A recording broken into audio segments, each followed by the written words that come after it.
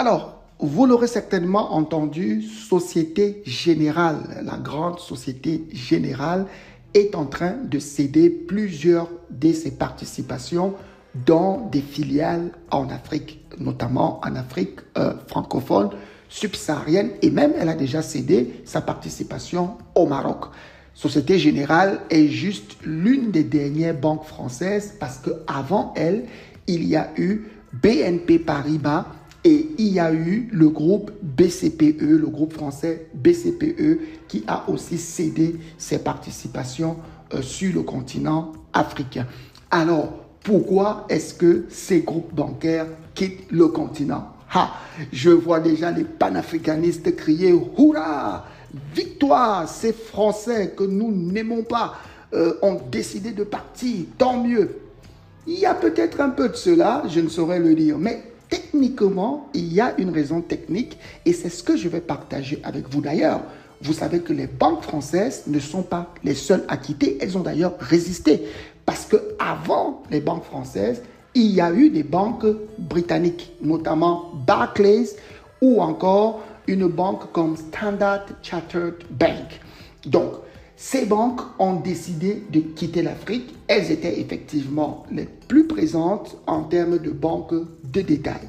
Mais pourquoi elles ont décidé de quitter? Il y a une raison purement financière. Prenez un exemple. Si vous décidez, et là c'est l'occasion pour moi de vous parler d'une notion de l'investissement qu'on appelle la rentabilité financière. Si vous prenez vos 1000 francs CFA, vous décidez d'investir ces 1000 francs CFA et vous dites que ces 1000 francs, pour que vous gagnez, doivent vous rapporter 15%. Mais que ces 1000 francs ne vous rapportent que 5%. Vous conviendrez avec moi que vous êtes en train de perdre. Et donc, le problème, c'est que Bâle III a imposé des règles qui obligent ces banques à augmenter leurs fonds propres par rapport à leur exposition des risques. Or, on estime que l'Afrique est un continent risqué.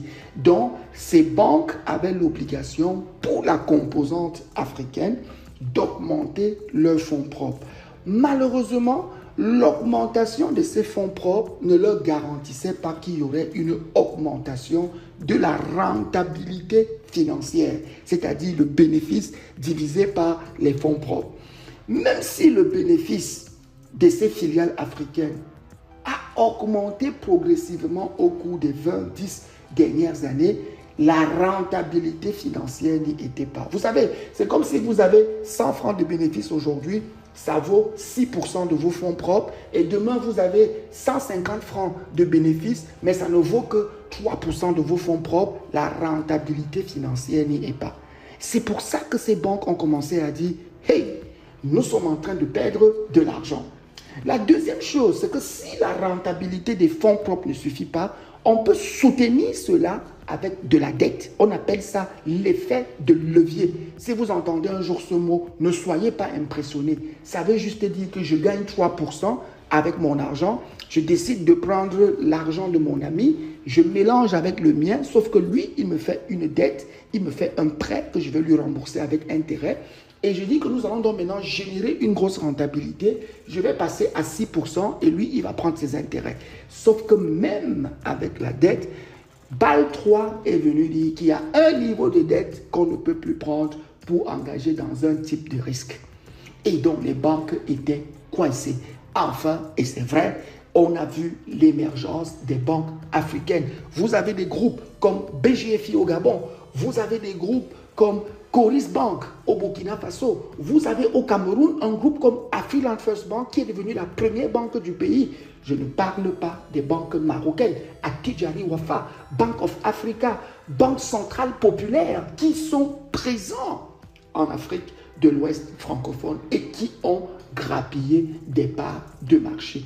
Donc, du coup, dans cet environnement technique, ces banques françaises ont décidé, il est temps pour nous de nous retirer. Alors, je vous pose la question, peut-être qu'il y a de l'anti-français, Moi, je ne sais pas ce que c'est parce que je ne suis anti aucun pays. Mais maintenant, si vous mettez vos 1000 francs quelque part et qu'au lieu des 15% que vous espérez gagner, vous ne gagnez progressivement que 5%, puis 2%, puis 1%, qu'est-ce que vous allez faire? Surtout si vous savez que vous ne pouvez pas gagner davantage. Allez-vous rester là et continuer de perdre de l'argent ou allez-vous partir?